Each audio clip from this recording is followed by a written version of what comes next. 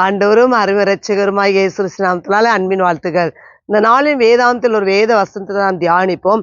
தெபொராளை குறித்து வேதத்துல வாசித்து பார்க்கும்போது அவள் ஒரு தீர்க்கதரிசி என்று சொல்லி நியாயாதிபதி என்று சொல்லிவிட பார்க்கிறோம்.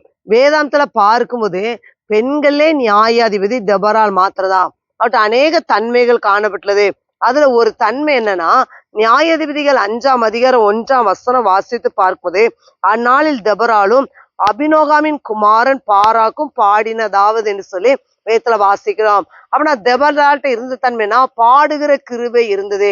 அப்படின்னா நாம் தேவனை எல்லாச்சும் நாம் பாடி நாம் துதிக்க வேண்டும். இன்னைக்கு நினைக்கலாம், நீங்க என்னால பாடத்தரலன்னு சொல்லி யாருமே சொல்ல முடியாது. ஆனா கண்டிப்பா நம்ம நிறைய பாடல்களை ஏற்றலாம், எழுதலாம். பாடுகிற திறமை நமக்குள்ள இருக்கணும். இன்னைக்கு ஆண்டவரே அந்த பாடக்கூடிய கிருபையில நிரப்புங்கன்னு சொல்லி சொல்லும் போது அவர் பாடக்கூடிய கிருபையை அவர் கொடுப்பார். இங்கு தெபொராள் அப்படியாகதான் பாருங்க, நம்ம எல்லாவற்றிலும் கர்த்தரை நாம் பாடி துதிக்கணும். நாம் நன்மை செய்தால் சரி, கர்த்தர் நமக்கு நன்மை செய்தால் சரி, நன்மை நடக்காட்டால் சரி, நாம் எல்லாவற்றிலும் என்ன செய்யணுமா, கர்த்தருடைய சமூகத்தில் உட்கார்ந்து நாம் அவரை பாடி துதிக்கணும். தெபொராள்கிட்ட இருந்த தன்மை என்னன்னா, பாடக்கூடிய கிருபை இருந்தது. எனவே நாமும் கர்த்தரிடம் கேட்டு நாம் பெற்றுக்கொள்ள வேண்டும்.